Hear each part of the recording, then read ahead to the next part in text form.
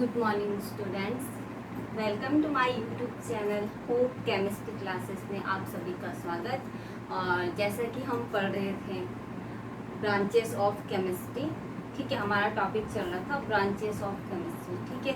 उसमें क्या है, हमने क्या है अलग अलग जो ब्रांच पढ़ी थी केमिस्ट्री की, जो मेन ब्रांच थी, 4 ब्रांच कौन कौन सी थी, ऑर्गेनिक, इनऑर्गेनिक, ऑर्गेनिक, फिजिकल और एनालिटिकल, इन सब के बारे में हमने डिस्कस कर लिया था। तो आज हम पढ़ेंगे ब्रांचेस ऑफ केमिस्ट्री की। जो मेन ब्रांच तो ये चारों थी, लेकिन इसके अलावा जो 4 ब्रांच हैं, इसके अलावा जो और ब्रांचेस हैं उसके बारे में हम आज डिस्कस करेंगे, ठीक है। तो आज हम सबसे पहले डिस्कस करते हैं जो उसकी अदर ब्रांच, जो अदर ब्रांचेस में जो पहली ब्रांच है वो है आपकी बायोकेमिस्ट्री, ठीक है। तो आज हम डिस्कस करेंगे, ये है आपकी other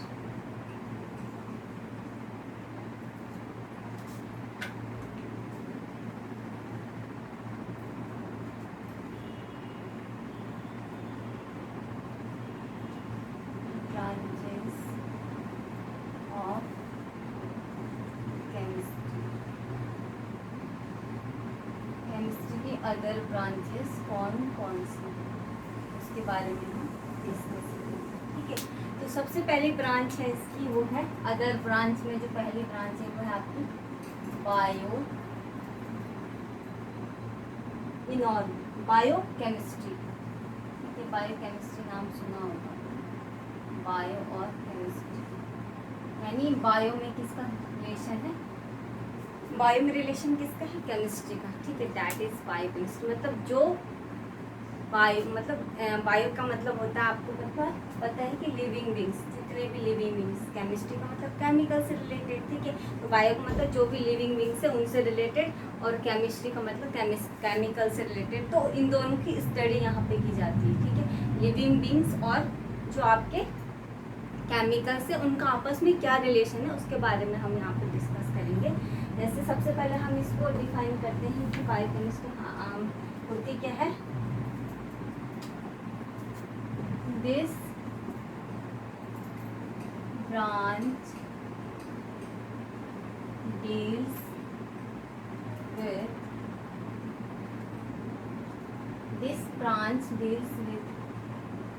application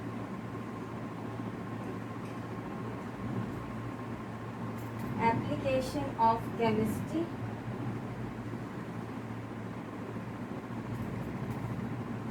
this branch deals with application of chemistry to the bio system, to the biological system।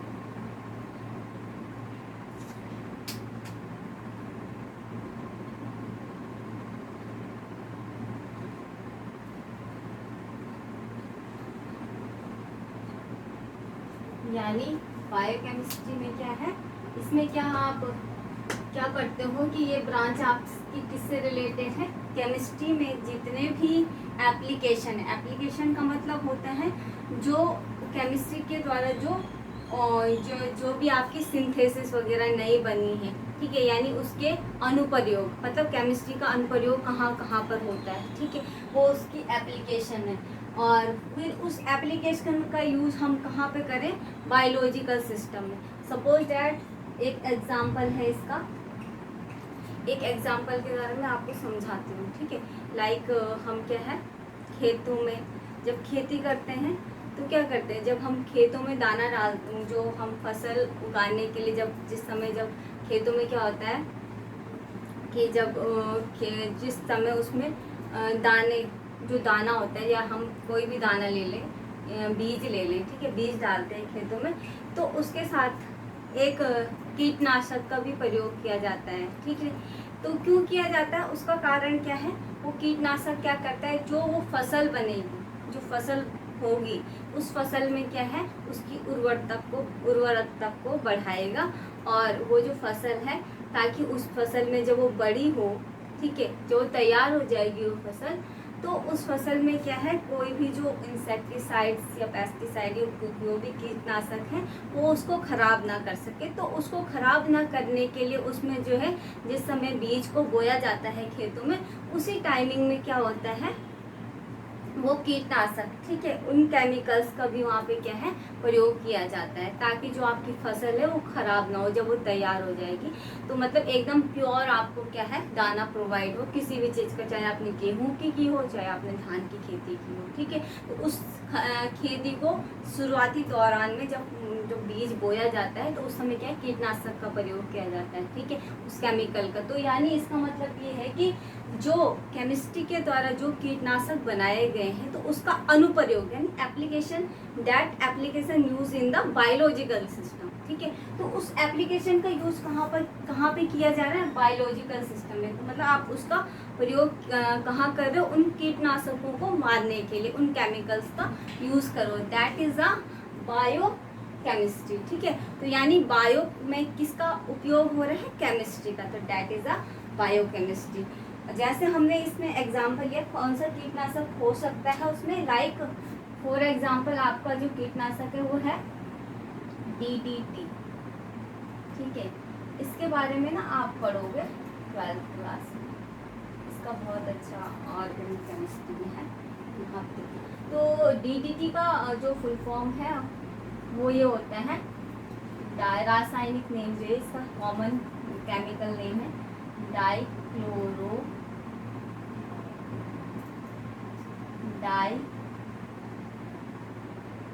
Phenyl, यहाँ पे जगह नहीं है तो मैं इसे यहाँ नीचे लिखती हूँ, ठीक है, डैश लगाना जरूरी है, ट्राई क्लोरो इथेन, ठीक है। यानी DDT की फुल फॉर्म क्या है, डाइक्लोरो, डाइक्लोरो का मतलब दो क्लोरीन, डाइफिनाइल का मतलब दो फिनाइल यानी दो बेंजीन रिंग, ट्राइक्लोरो का मतलब तीन क्लोरीन, इथेन का मतलब दो कार्बन और सिंगल बॉन्ड एन, तो यानी इथेन, ठीक है। सपोज कौन सा है इसका, हम बनाते हैं इसका स्ट्रक्चर, यहाँ पे देखो, पहले हम यहाँ पे दो बेंजीन रिंग बनाएंगे,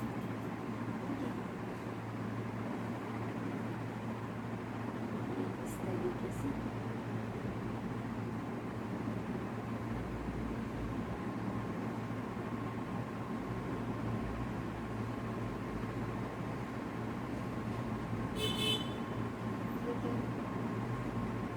आपको पता है डबल बॉन्ड, इसमें 3 डबल बॉन्ड होते हैं, ठीक है। अब हमने बात की डाइक्लोरो, डाइक्लोरो मतलब दो क्लोरीन यहाँ पे लगे,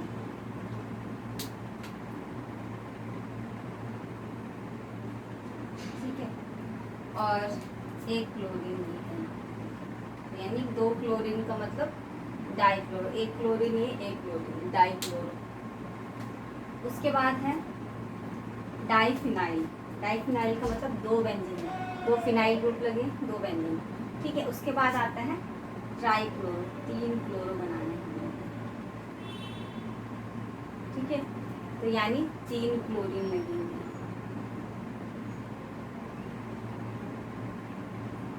ठीक है। इसको थोड़ा अच्छे से बनाना है, ओके, ठीक है। अब बात करते हैं, ठीक है, यहाँ तक कहानी कंप्लीट, दो क्लोरीन डाइक्लोरो, दो फिनाइल डाइफिनाइल, ठीक है। अब ट्राइक्लोरो 3 क्लोरीन, अब इथेन, इथेन का मतलब क्या है, यानी इसका मतलब एक कार्बन यहाँ पर भी होगा, ठीक है, तो यानी एक कार्बन यहाँ पे भी होना चाहिए। अब इसकी वैलेंसी चेक करते हैं कैसे, 1 2 3, 3 ही वैलेंसी कंप्लीट हो रही है इसकी कार्बन की। इसका मतलब क्या होगा कि ना इसकी वैलेंसी कौन कंप्लीट कर रहा होगा, यहाँ पे एक हाइड्रोजन भी लगा होगा, ठीक है, तभी तो इसकी वैलेंसी कंप्लीट होगी ना, 4 होंगी, ठीक है। आपको पता है कार्बन की वैलेंसी कितनी होती है, 4, तो यानी 4 हाइड्रोजन उसमें अटैच होने चाहिए, ठीक है। तो यानी यहाँ पे 3 हो रहे, 3 बॉन्ड से ये आपका जुड़ा हुआ है, 1 2 and 3, तो इसका मतलब ये हुआ कि एक हाइड्रोजन भी यहाँ पे होना चाहिए। तो हम क्या करेंगे, हमने एक हाइड्रोजन लगाया, ठीक है, इसकी वैलेंसी कंप्लीट। अब इस वाले की देखते हैं, 1 1 2 3 and 4, इसकी कंप्लीट है, इस कार्बन की, तो इसे ज़रूरत नहीं है, ठीक है, हाइड्रोजन की। तो यहाँ यानी ये क्या है आपका DDT है, ये एक कीटनाशक है, ठीक है, एक केमिकल है जिसका यूज़ कहाँ पे होता है, बायोलॉजिकल सिस्टम में, यानी जिसका यूज़ हम कहाँ करते हैं, खेतों में कर सकते हैं, ठीक है। इसे बोलते हैं आप DDT, शॉर्ट फॉर्म में DDT, डाइक्लोरो ट्राइक्लोरो इथेन इसका केमिकल नेम, ठीक है। तो ये हो गया आपका बायोकेमिस्ट्री, आप इसको कहते हो। अब एक दूसरा टर्म आता है इसमें, दूसरी जो ब्रांच है, इसी से ये सारी सिंथेसिस इनकी जो है ये सारी केमिस्ट्री से ही हुई है। जो ये अदर ब्रांचेस बनी है ना, तो ये सब केमिस्ट्री के द्वारा ही बनी है, केमिस्ट्री की ये अदर ब्रांचेस हैं जो बायोकेमिस्ट्री हो गई। अभी आप इसमें सेकंड ब्रांच हम पढ़, जैसे फार्मास्यूटिकल केमिस्ट्री हो गया, ठीक है, बायो इनऑर्गेनिक केमिस्ट्री, तो ये सारे क्या हैं, केमिस्ट्री ब्रांचेस। फिर इसमें एक आता है केमिकल फिजिक्स आता है, ये भी इसकी एक नई ब्रांच है। तो अभी हम पढ़ते हैं केमिकल फिजिक्स के बारे में।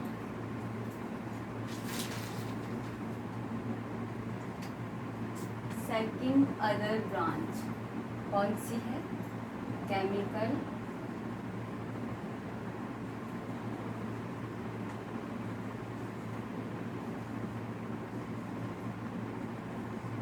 Physics. Second other branch is chemical physics, इसके बारे में हम पढ़ेंगे, ठीक है। तो पहले हम इसको डिफाइन करते हैं, आखिरकार है क्या। This branch takes into account, this branch takes into account the study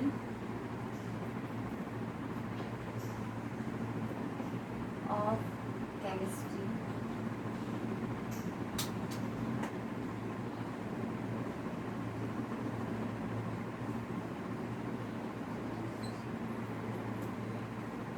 this branch takes into account the study of chemistry of the physics of the physical, या फिर हम इसको कह सकते हैं फिजिकल सिस्टम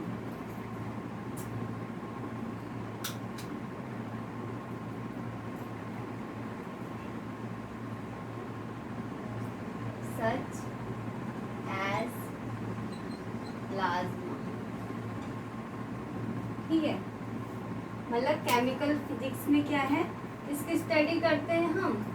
केमिस्ट्री की क्या है, ये एक जो प्लाज्मा है, ठीक है, प्लाज्मा होता है एक फिजिक्स का, मतलब जो फिजिक्स में एक फिजिक्स और केमिस्ट्री इन दोनों के बीच में ना एक फिजिक्स और केमिस्ट्री में एक प्लाज्मा होता है, ठीक है। तो वो उस प्लाज्मा के द्वारा क्या है, इसमें एक चीज़ होती है, जैसे आपका फिजिक्स में एक प्लाज्मा होता है, उस प्लाज्मा की भांति जो है रसायन विज्ञान का जो इसमें क्या है अध्ययन किया जाता है, ठीक है। यानी केमिस्ट्री का इसमें स्टडी की जाती है, किसके द्वारा, इस प्लाज्मा के द्वारा। Physical system such as plasma, physical system, जो फिजिकल सिस्टम है प्लाज्मा का, उसके द्वारा क्या है, या फिर हम कह सकते हैं कि केमिस्ट्री में क्या है, या जो केमिकल फिजिक्स है, उस केमिकल फिजिक्स में जो है किसकी स्टडी की जाती है, जो आपका फिजिकल सिस्टम प्लाज्मा है उसकी स्टडी की जाती है, ठीक है। या दूसरे वे में हम इसको बोल सकते हैं कि ये एक ऐसी शाखा है या ब्रांच है, ठीक है, शाखा को ब्रांच बोलते हैं, ठीक है, इंग्लिश में। तो जो भौतिक प्रणाली के जो रासायनिक विज्ञान के अध्ययन को ध्यान में रखती है, ठीक है। यानी ये एक ऐसी ब्रांच है जो भौतिक प्रणाली, यानी ये जो प्लाज्मा है ये किस में आता है आपका, वैसे फिजिक्स में, ठीक है। तो भौतिक प्रणाली का जो प्लाज्मा है उसके भौतिक प्रणाली प्लाज्मा के भांति, या हम इसको ऐसे कह सकते हैं कि ये जो शाखा है प्लाज्मा के भांति, यानी प्लाज्मा जो है आपका ये प्लाज्मा इसके भांति भौतिक प्रणाली के रसायन विज्ञान की शाखा का अध्ययन को ध्यान में रखती है। मतलब सिंपल सा, इतना टेक्निकली नहीं जाना है, सिंपल ये है कि मतलब इसमें हम किसका स्टडी करते हैं, physical system such as plasma. ठीक है, फिजिकल सिस्टम जो है प्लाज्मा का, उसकी स्टडी क्या है, इस केमिस्ट्री में की जाती है, इस केमिकल फिजिक्स में की जाती है। सिंपल अगर सिर्फ हम इतने को देखते हैं, केमिकल और फिजिक्स, यानी जहाँ पे क्या है केमिकल, जिसका रिलेशन क्या है केमिकल और फिजिक्स से है। ठीक है, केमिकल और फिजिक्स है, तो उसकी स्टडी हम कहाँ पे करते हैं, इस केमिकल फिजिक्स में करते हैं, यानी जिसका रिलेशन क्या केमिकल और फिजिक्स से उसका क्या है रिलेशन होगा। ठीक है, यानी इस ब्रांच में हम किसकी स्टडी करते हैं, फिजिकल सिस्टम की स्टडी करते हैं। ठीक है, सिंपल मीनिंग इसमें फिजिकल सिस्टम की स्टडी करते हैं, सिंपल। ठीक है, तो यानी जो आपकी केमिकल फिजिक्स होती है उसमें जो है केमिस्ट्री के माध्यम से उस फिजिकल सिस्टम की, जैसे हमने पहले पढ़ा था बायो केमिस्ट्री, तो बायो केमिस्ट्री में केमिस्ट्री के माध्यम से क्या है उस बायोलॉजिकल सिस्टम के क्या है, मतलब उस बायोलॉजिकल सिस्टम में उस केमिस्ट्री का यूज़ किया जा रहा था। यहाँ पे क्या होगा कि केमिस्ट्री के माध्यम से ही उस फिजिकल सिस्टम का क्या है स्टडी की जाएगी, सिंपल मीनिंग ये है इसकी। ठीक है, जैसे प्लाज्मा है, तो प्लाज्मा की बात हम यहाँ पे करते हैं कि प्लाज्मा होता क्या है। ठीक है, यहाँ पे एक टेक्निक आगे, एक टर्म आ गया प्लाज्मा। व्हाट इज प्लाज्मा, क्या होता है, ठीक है, उसके बारे में। Plasma is a form of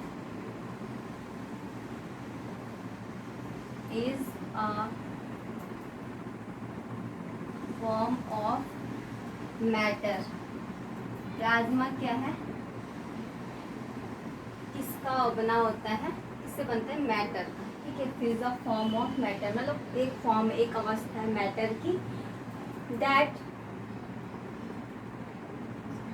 in which many of the electrons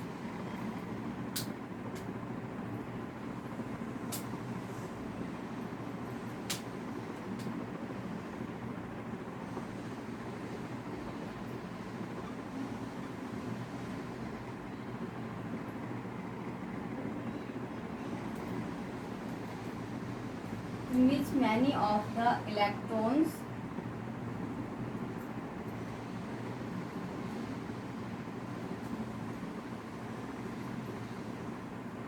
wander around the freely moving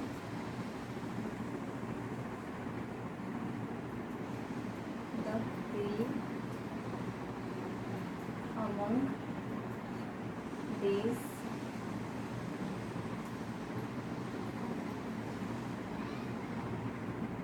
among the nuclei of the atom। Plasma क्या है, एक मैटर का एक फॉर्म है, मैटर की एक ऐसी अवस्था है जिसमें क्या है बहुत सारे जो इलेक्ट्रॉन्स होते हैं वो बॉन्डेड होते हैं, यानी बंधे हुए होते हैं, फ्रीली बंधे हुए होते, मतलब बंधे हुए नहीं होते, वो फ्री होते हैं। ठीक है, किसके अंदर, जो एटम होता है यानी जो एटम होता है उस एटम के अंदर जो न्यूक्लियस होता है उस न्यूक्लियस के अंदर क्या है ये इलेक्ट्रॉन्स क्या है फ्रीली होते हैं, बंधे हुए नहीं होते हैं। ठीक है, तो यानी हम इसको इस तरीके से समझ सकते हैं कि लाइक एक क्या है, एक आपका, इसका अभी हम इलाज करते हैं। ठीक है, आपके पास एक क्या है, ये आपके पास एक एटम, ठीक है, इस एटम के अंदर क्या है एक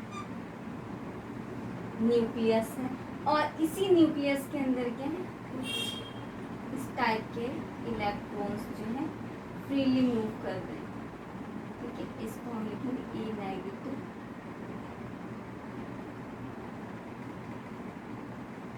ई नेगेटिव इलेक्ट्रॉन्स को डिनोट करते हैं ऐसे।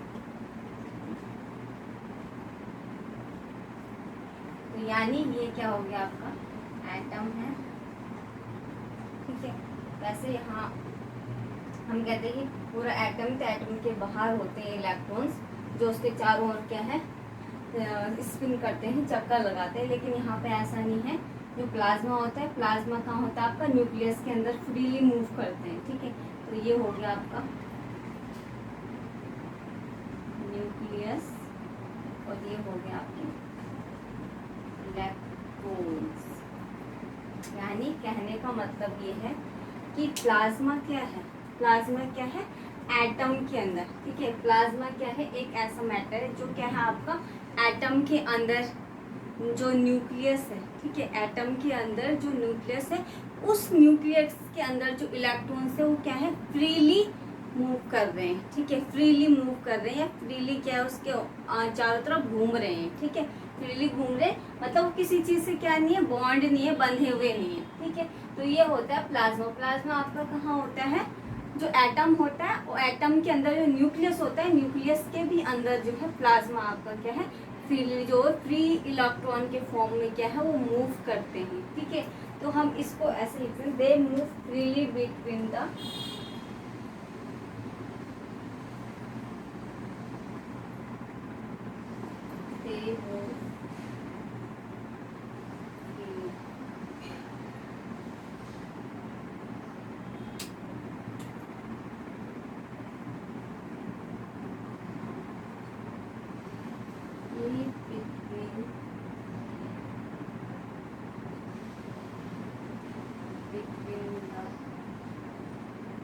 atom